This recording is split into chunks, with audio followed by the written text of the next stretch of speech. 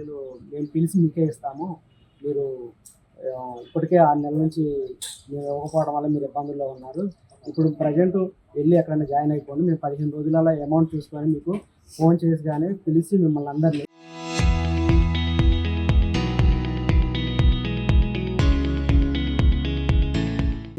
మీ చేతుల్లో మీ శాలరీని క్లియర్ చేస్తామని చెప్పారు. అదే మాట ప్రకారం మాకు ఎక్స్పీరియన్స్ లెటర్లు తీసుకొని మేము ఆ రోజు నుంచి హాస్పిటల్కి రాకుండా ఆగిపోయాము.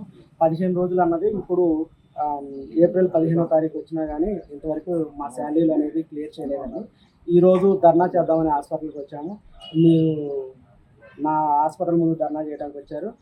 మీ వల్ల నాకు పరువు పోయింది, మీరు ఆడియో లీక్ చేశారు, మీ ఆడియో ఎవరు లీక్ చేశారని మాకు చెప్పండి, లేకపోతే మీ శాలరీలు మీకు ఇవ్వము, మీ మీద క్రిమినల్ కేసులు పెడతాము అని ఎస్ఐ గారికి కూడా కాల్ చేయడం జరిగింది.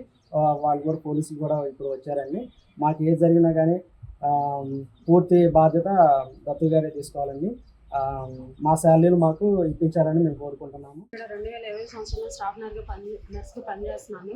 అప్పటి నుంచి ఇప్పటి వరకు ఒక 6 నెలల నుంచి మాకు జీతాలు ఇవ్వలేదు. 2023 జూలై అసలే ఆఫ్ చేశారు, 1 నెల మొత్తం. తర్వాత ఇప్పుడు 2025 ఆగస్టు నుంచి 6 నెలల జీతాలు ఇవ్వాలి. నెలలు ఆగండి, ఇస్తాం, మొత్తం 2 నెలల శాలరీ వారానికి ఇచ్చేస్తామని చెప్పారు. సోమవారం అని అలాగే ఆగాము. ఆగి కూడా మమ్మల్ని ఉద్యోగం నుంచి తీసేసి కూడా 3 నెలలు అవుతుంది. 3 నెలల నుంచి కూడా ఇవ్వలేదు. ఆగస్టు నుంచి డిసెంబర్కు 6 నెలల శాలరీ ఇవ్వలేదు.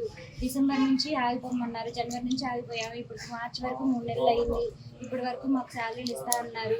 6 నెలల శాలరీకి 1 నెల మాత్రమే ఇచ్చారు. ఇంకా 5 నెలల శాలరీ ఇవ్వాలి, ఇంకా ఎప్పుడు అడిగినా ఇస్తామని చెప్పారు, ఇంకా ఇవ్వలేదు. అందుకని మేము ఇలాగ వచ్చి చెప్పాల్సి వచ్చింది. ధర్నాలు చేస్తారంటే చేసుకోండి.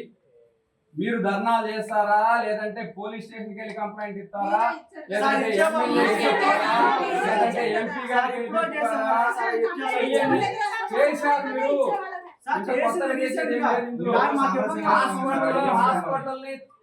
హాస్పిటల్ పరుగు పోయేటట్టు మీరు ఛానల్కే ఇచ్చారు నా వాయిస్ తీసుకెళ్ళి. అంతకన్నా ఏం చేస్తారు? మీరు ఏం చేస్తారు? మీరు అంతకన్నా ఏమైనా చేసుకోండి. నేను చేయాల్సింది నాకు వెసులుబాటు ఉన్న ప్రకారం నేను చేస్తాను. మీరు రోడ్డు ఎక్కుతారా, ఎమ్మెల్యేకి చెప్తారా, ఎంపీకి చెప్తారా, లేదంటే బెదిరించి లోకేష్ బాబుకి చెప్తారా, ఏమైనా చేసుకోండి, మీకు ఆ హక్కు ఉంది. మిమ్మల్ని ఎవరు ఆపరు కూడా. కానీ నేను చెప్పేది ఏంటంటే, మీరు ఎక్కడికి వెళ్ళినా డబ్బులు ఇవ్వాల్సింది నేను ఇస్తాను. మీరు చేసే చర్యలు బాగోలేదని చెప్తున్నాను. చేసుకోండి, ఏమైనా చేసుకోండి. విసుగొచ్చి అందుకని ప్లకార్డ్ పట్టుకొని వచ్చావు. చేసుకో, ప్లకార్డ్ పట్టుకొని వచ్చిన డబ్బులు